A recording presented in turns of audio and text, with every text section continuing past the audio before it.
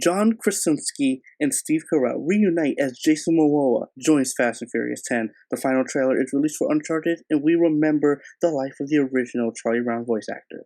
I'm Darius Delsoin. And I'm Joe Acierno. This is Cinema Unchained. All right, guys, we're now at episode 36 of Cinema Unchained. And now, of course, as per usual, we have a lot to talk about. Despite what you heard on last week's episode, we do have a lot to talk about.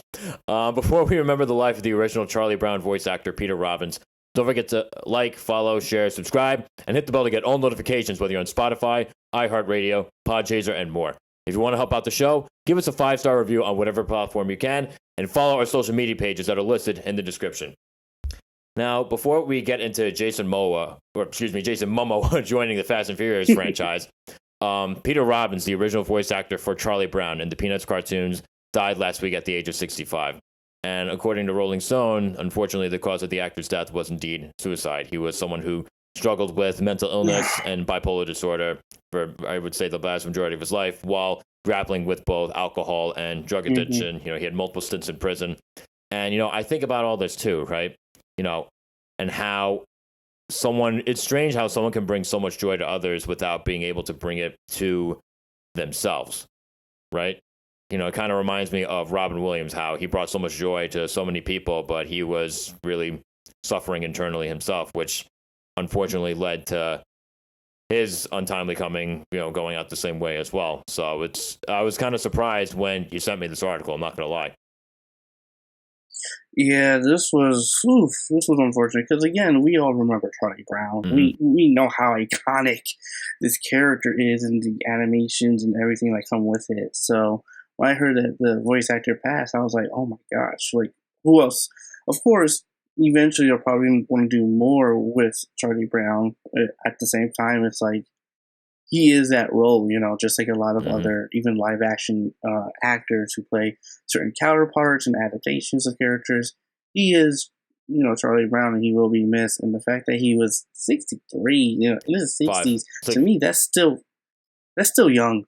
That is still young to me, and that's just, oof, man. Yeah, no, it's sad because, like I said, it's always sad when someone that represents some sort of nostalgia passes away, right? Even when it is their time, like even when their time has come. But like you look at how, when he went and how he went too, unfortunately, it just almost feels like, again, like I didn't live his life or anything like that, but it still feels like something was cut short, Exactly. It's unfortunate. And, with mental health as well, that's another thing where, take your mentality, your mental health very seriously, because we all only have one life to live, and mental health to me is a pretty serious thing. So, if anything, I want, like, if you have any sort of issue, doubt, whatever, just talk to someone, that sort of thing, because, oh man, the last thing you need is to hear someone pass away through suicide and etc. Because that's, again, that in itself is just a really daunting word, and I think a really traumatizing thing, because you could go out in many different ways, but suicide, that's one where it's self-reliant and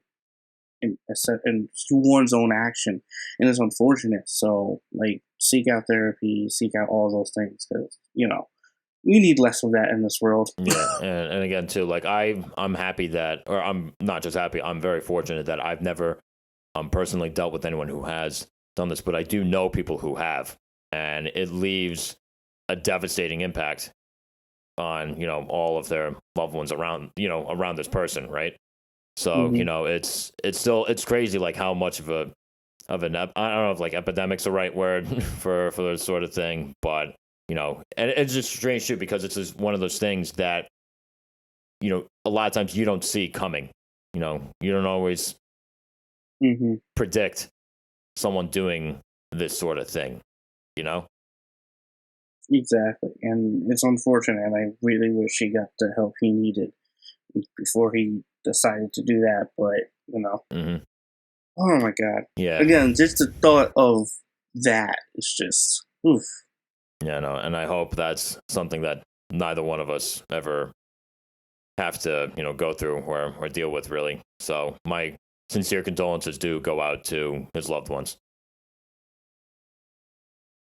Yeah, same here. So, all right. Now, again, changing tune a little bit, before we give our thoughts on John Krasinski and Steve Carell teaming up again, the Fast fam keeps getting bigger. Welcome Jason Momoa, tweeted the Fast saga. Oh boy. Jason Momoa, of course, has become the latest star to join the Fast and Furious, quote, family. His most prominent roles include Khal Drogo in Game of Thrones. He was Aquaman, Yes. which I'm going to be honest, he was probably the only thing I liked about that movie. And my favorite role of his was as Duncan Idaho in the new Dune film. I thought he did such a great job. Amazing film all around, but he really brought it. And I think it's kind of interesting how soon this announcement comes after Dwayne "The Rock" Johnson rejecting Vin Diesel's invitation for him to return to the franchise. I think the timing of this is pretty funny. Oh man, I think that was I think a part of it. Now here's what I'm thinking. This could be just me theorizing. Is that they're recasting the Hobbs character, but again, I don't think they are because he got his own movie. But I mean, nonetheless, Jason Momoa joining, I think that's awesome. That's just so cool in my opinion. Like I love him as Aquaman. I liked him as Aquaman quite a lot actually. I liked him in Dune. I liked him in Game of Thrones. So seeing that he's joining Fast and Furious 10, again, a franchise maybe you shouldn't have joined, but nonetheless, he's in it. Yeah, it's like I'm actually excited. It's like, do you want to get on a sinking ship? I don't know, but and it's so strange too because like it's strange to be saying anything about something called Fast and Furious 10. You know what I mean? Like especially after the disaster that Fast and Furious 9 was. Like I'm kind of hoping this is the last film for their sake, just to save face. Because again, you're at 10. Like, why? I think it's supposed to be, actually. Okay, and it should be, because, again, going to 10 with anything is ridiculous when it comes to movies, right?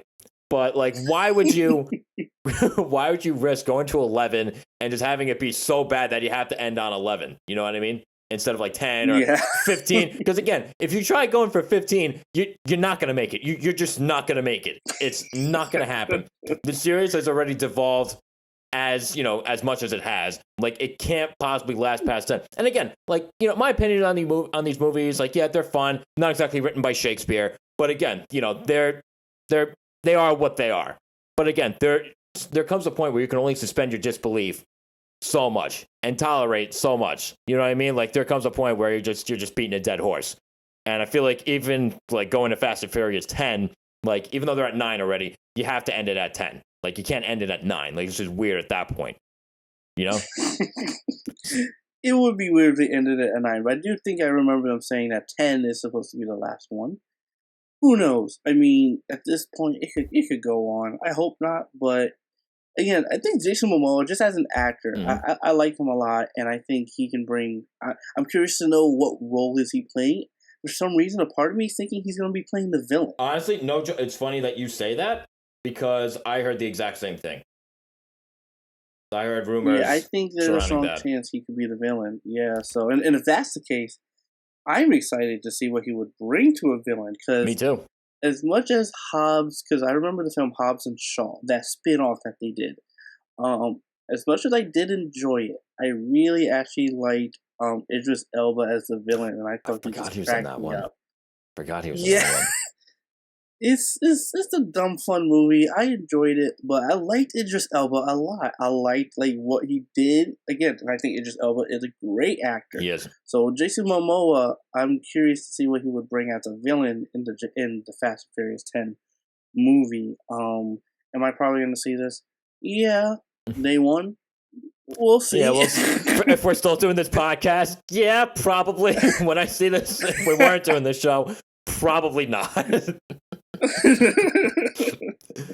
Oh boy. But and again too, it's funny that there are rumors around him being the villain, right? Because if I'm not mistaken, Charlize Theron is set to come back. So I'm curious. Because I'm curious, how, if he's the villain, is he going to be the main villain? Is he kind of taking mentorship from Charlize Theron's villain? Who really knows?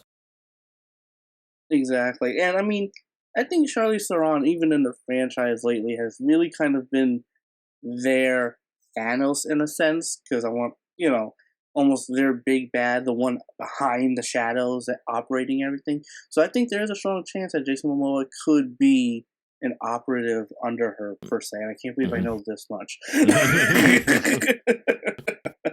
But that is a strong chance too that he's like brought in maybe as another secret, really high reputable assassin or something. Who knows? Wow, they're really reinventing. They're reinventing the wheel with that. Oh my goodness! Like they've never tried anything like that before. I mean, especially John Cena coming out of nowhere in Fast and Furious 9 to play his secret brother. Again, you mean to tell me 9 movies in, and we're just finding out now that the main character, whose sister is also very much in this franchise, they miraculously have a brother? I mean, come on. Let's try a little bit here, please. No. And again, we can rant about that all we want. This movie, Fast and Furious 9, still made hundreds of millions of dollars, and we're just bitching and moaning about this on our little podcast. So who are the real losers at the end of the day? That's why I'm trying to be like, I didn't like it, and that's it. But nonetheless, Fast 10, this should be interesting with Jason Momoa coming in. I think it'll be just interesting to see the dynamic. That's really what it is. Just like how John Cena was in Fast 9, it was a dynamic that I was interested in. I wasn't sold on it, but it is a dynamic that I'm intrigued about. Yeah, same here. And again, I feel like if Jason Momoa plays one of the new quote family members, right? One of the good guys, be like, all right, whatever. You're just adding another person. Do you really need to add another one to the crew, right? But I feel like if they haven't played the villain, okay, then I feel like there's something different that they could go with here. Because again, every actor or actress brings their own thing, but I feel like with the family, there's just it's too established to really bring in any more people to that. Whereas I feel like having someone like Jason Momoa come in as a villain, okay, that could be interesting. Exactly. I would want him as a villain. That's the thing. Yeah, me too. So now the film, of course, at this moment is set to shoot in the spring, and it's scheduled to theaters May 19th of 2023. And again, what are your thoughts, everybody, on Jason Momoa joining the Fast and Furious franchise? What do you think of the state of the franchise overall? Comment wherever it is that you can. All right, now, again, before we talk about two of our favorite stars from The Office coming together, don't forget to like, follow, share, subscribe, and hit the bell to get all notifications, whether you're on Apple Podcasts, Pandora, YouTube, and so much more. If you want to help out the show, please just give us a 5-star review on whatever platform that you can. And follow our social media pages that are listed in the description. Now, before we talk about the final trailer for the Uncharted film, according to Steve Carell, obviously, I spoke with Steve Carell yesterday. According to Screen Rant, stars of the iconic sitcom The Office, John Krasinski and Steve Carell, will reunite in a family film titled If for Paramount Pictures. Now, the plot details of this film are being kept under wraps. Now, considering the kind of pedigree that they have for this film, even though a lot of times with family films, I'm a bit skeptical, considering who they have attached to this project, I'm actually kind of looking forward to it because, again, you have John Krasinski and Steve Carell. And not to mention, John Krasinski is directing the film, too. And we've obviously seen what he can do with the Quiet Place franchise, right? Yeah, the second I heard this, I was like, yes. Just yes. Family film, I don't mind. As long as I can see Steve Carell, John Krasinski on the same screen, I am happy. And I love Steve Carell. I like him, even with the because again, when you think family franchise, even with Steve Carell, I actually think of Despicable Me and how much I enjoy those movies as well. It is animated, but again, it is that thing that's meant for kids, but it's also meant for families too. So I'm excited nonetheless. And so it's going to be interesting. And even John Krasinski directing it, I think this is a nice change of pace from his A Quiet Place too. Just to show that he probably has a range of multiple different genres he can tackle too. And hopefully still has the heart and whatever it may be, the tonality as well. Of course, we get that as a family, but comedy, etc., that sort of thing, is going to be interesting, and I'm excited to see what he does, not just as an actor, because I think we're all sold on him as an actor, but also as a director. Yeah, and I'm curious as to what kind of movie this will be. Will it be more of the comedic end of things? Will it be a bit more into the dramatic end of things? Because one of the things I really love is when someone who's known for being a more comedic actor, like Steve Carell, can really show his dramatic chops too. Because again, obviously everybody loves him in The Office. You were just talking about Despicable Me.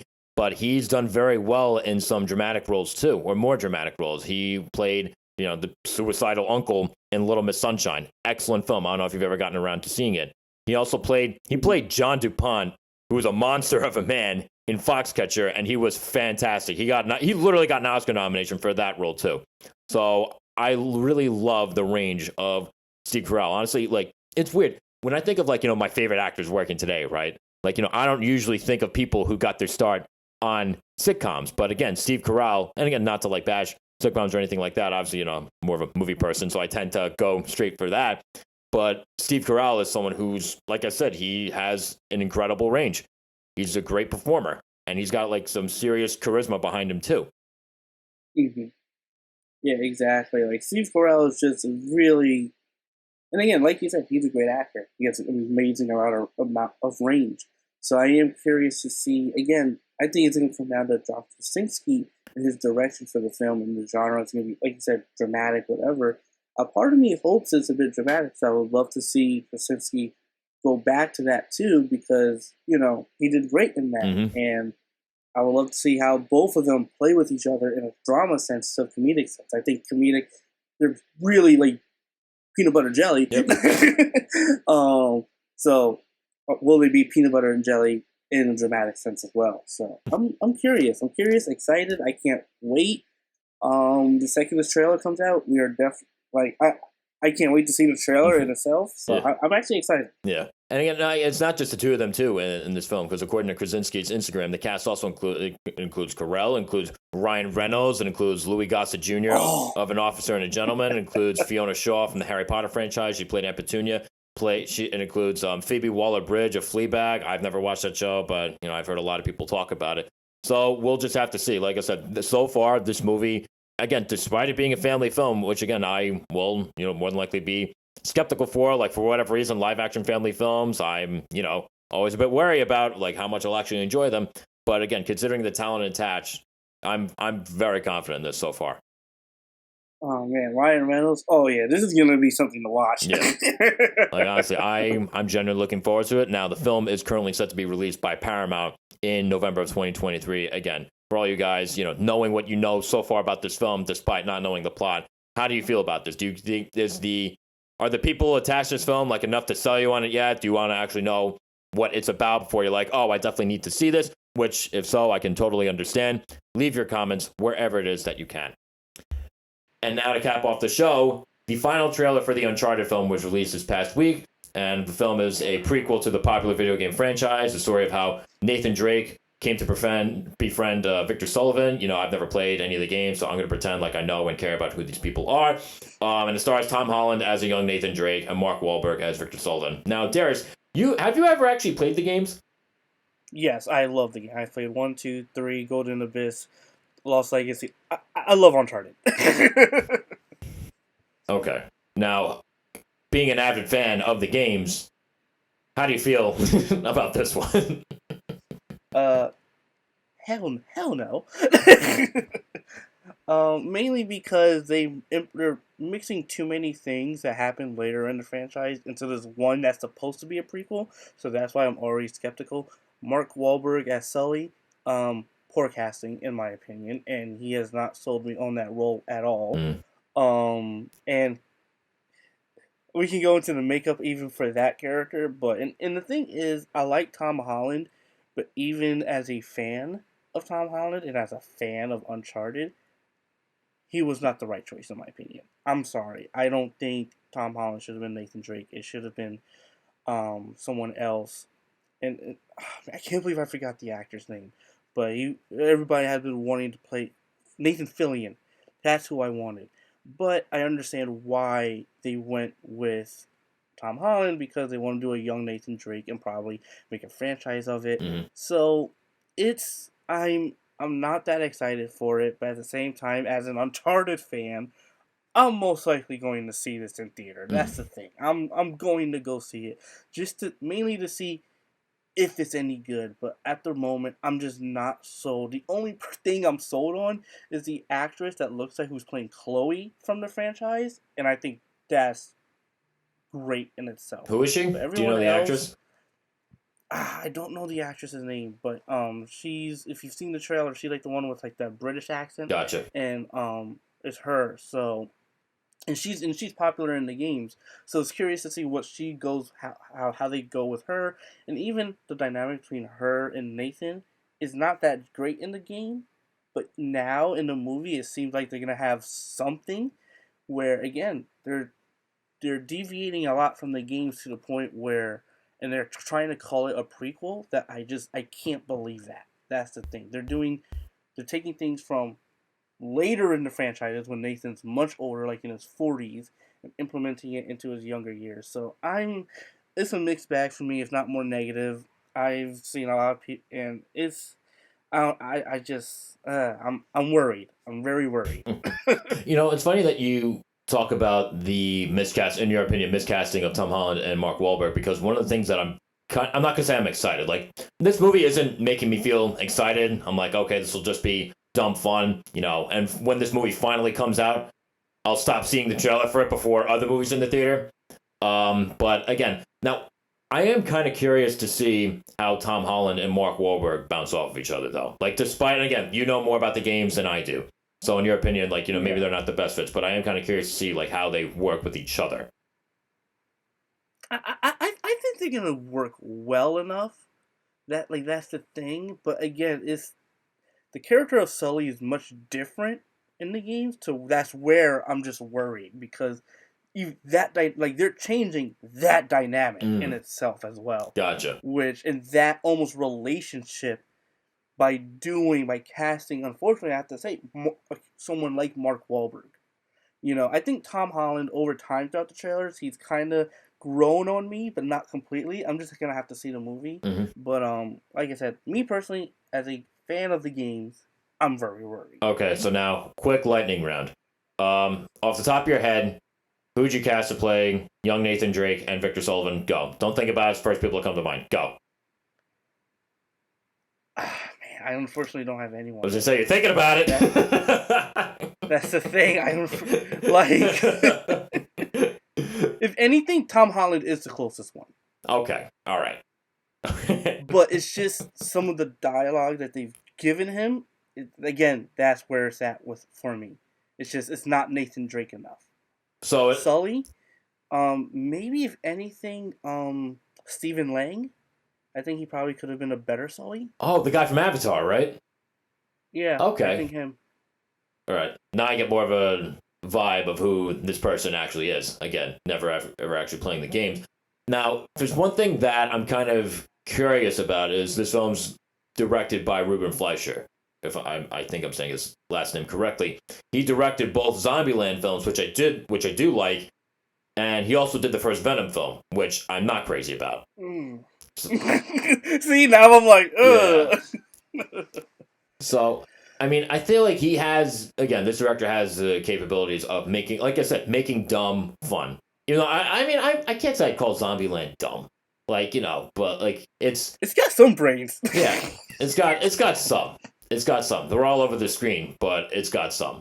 So again, like I said, this movie isn't gonna be amazing, but if it's at least, like I said, if it's at least dumb fun, great night out, then that wouldn't surprise me either. But again, if it ends up going completely sour, that's not gonna be much of a twist either.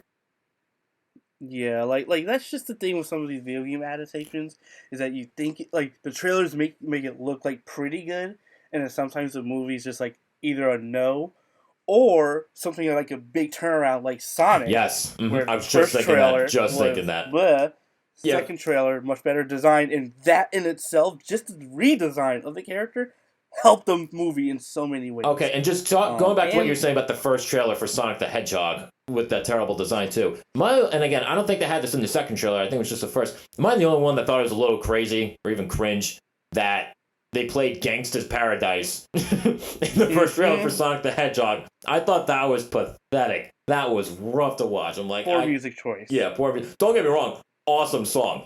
Obviously an awesome song, but for Sonic, man, it's like no, not even close. Yeah, so like even with Mortal Kombat, and how that turned out, these game adaptations, some of them have me a bit worried. The only one that actually has me excited, and I'm kind of, I think has potential to be something really good, is the Halo one. Because that actually looks Halo. So, but that'll be another topic for another video probably. Yeah. So, but yeah, like I said, Uncharted, I'm not entirely sold. As a fan, I'm gonna have to go see it just to see it. And as someone who does the show, I'm gonna have to do the same thing. so you're like, now I have to measure things like based on like, okay, if I wasn't doing this podcast, would I actually go out and see it? And the answer for me for this one, probably not. So yeah, we'll see. Yeah, we'll see. The movie is currently set to come out in theaters in the United States on February 18th of this year. And again, for everybody, what are your thoughts on the Uncharted film? Like, are you fans of the original video game franchise? Do you feel like this movie will do justice for the original video game franchise? Leave your thoughts wherever it is that you can.